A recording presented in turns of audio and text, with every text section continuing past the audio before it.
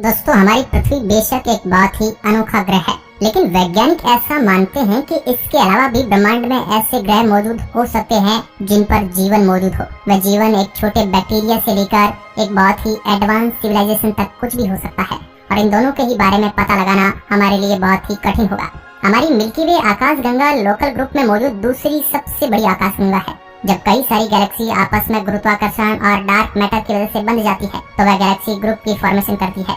ऐसे ही एक Galaxy group का नाम लोकल ग्रुप है, और उसमें मिल्की वे गैलेक्सी के साथ साथ एंड्रोमेडा गैलेक्सी भी मौजूद है। वैज्ञानिक बताते हैं कि हमारी मिल्की वे गैलेक्सी में करीब 100 खरब ग्रह मौजूद है।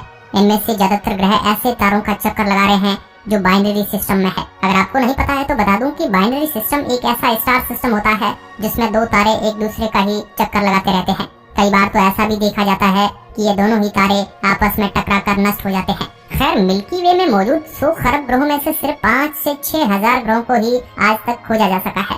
इन ग्रहों में से ऐसे कई सारे प्लैनेट हैं जो हमारी पृथ्वी से बहुत ज्यादा मेल खाते हैं। आज के इस इंटरेस्टिंग वीडियो में आपको ऐसे ही ग्रहों के बारे में बताने वाले हैं जो भविष्य में हम इंसानों का घर बन सकते हैं। इस वीडियो को अंत तक जरूर देखिएगा। तो बिना समय गवाए शुरू करते हैं आज का ये वीडियो कैलिस्टो।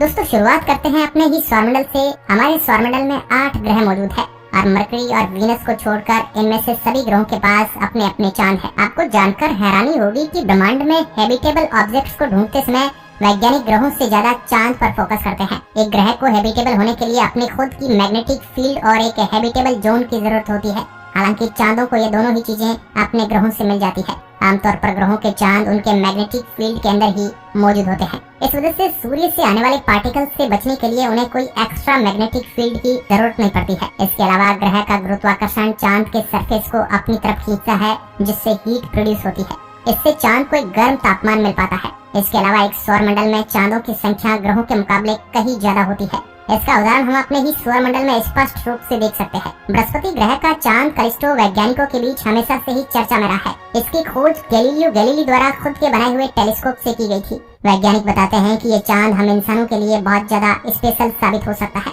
ऐसा इसलिए है क्योंकि इस चांद की बर्फीली सतह के नीचे एक ऐसी ही चीज मौजूद है जो हमारे लिए बहुत ही इम्पोर्टेंट है। आप में से कई लोग समझ ही चुके होंगे कि मैं पानी की बात कर रहा हूँ।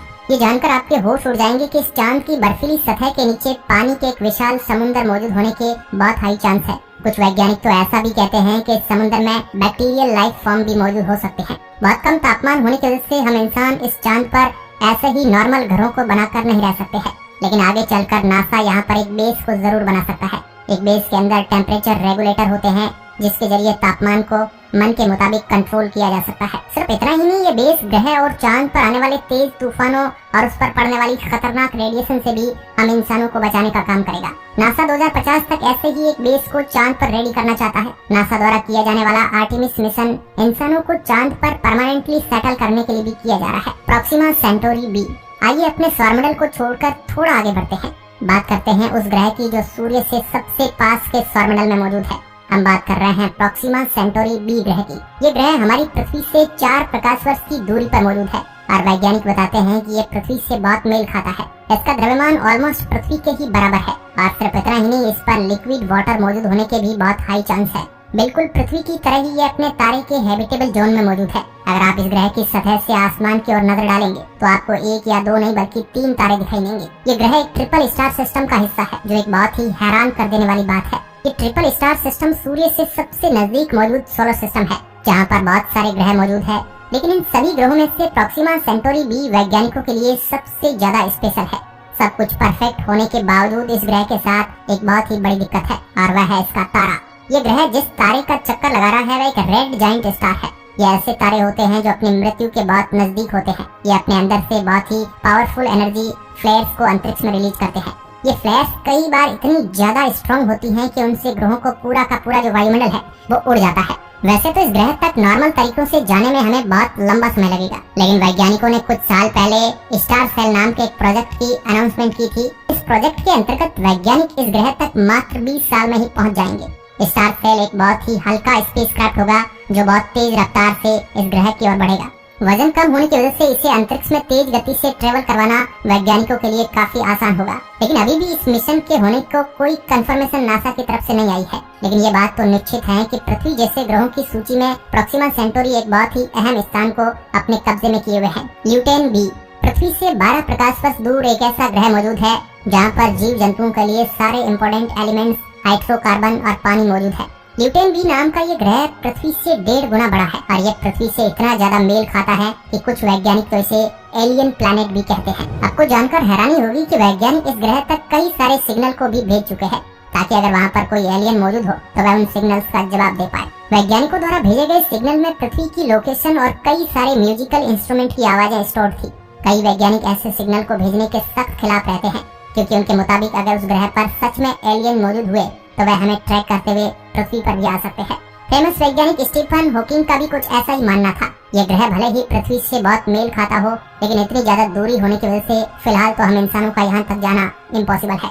ट्रैपिस्ट सिस्टम पृथ्वी से 40 प्रकाश वर्ष दूर एक ऐसा सोलर सिस्टम मौजूद है जिसमें एक या दो नहीं बल्कि 7 ग्रह मौजूद है।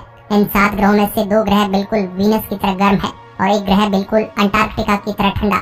बचे हुए 4 ग्रह अपने तारे के हैबिटेबल जोन में मौजूद है और इन्हीं में से ट्रैपिस्ट 1e नाम का ग्रह पृथ्वी से बहुत ज्यादा मेल खाता है। स्क्रीन पर दिखाई जाने वाली तस्वीर में आप इस तरह की एक साइंटिफिकली इमेजिन्ड तस्वीर को देख सकते हैं।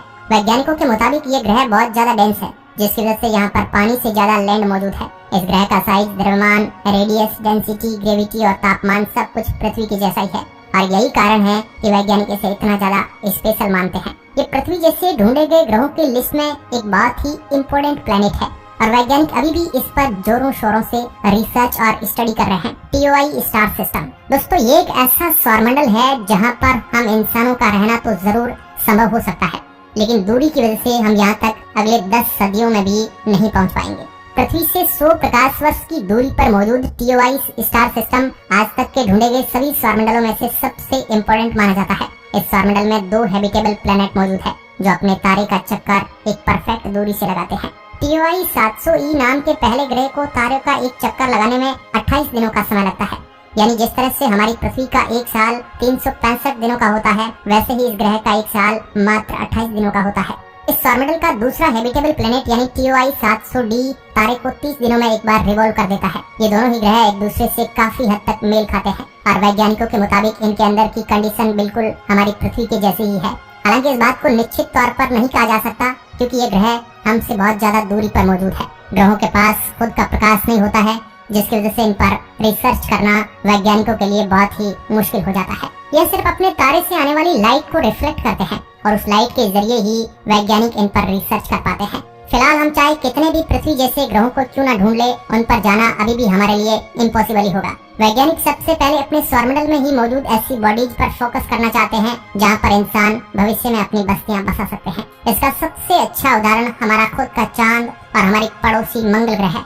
वैसे अगर आपको वीडियो में बताए गए किसी एक ग्रह को चूज करके उस पर जाने का मौका मिले तो आप किस ग्रह को चुनना पसंद करेंगे? हमें नीचे कमेंट के माध्यम से जरूर बताइए। आज के इस वीडियो में बस इतना ही।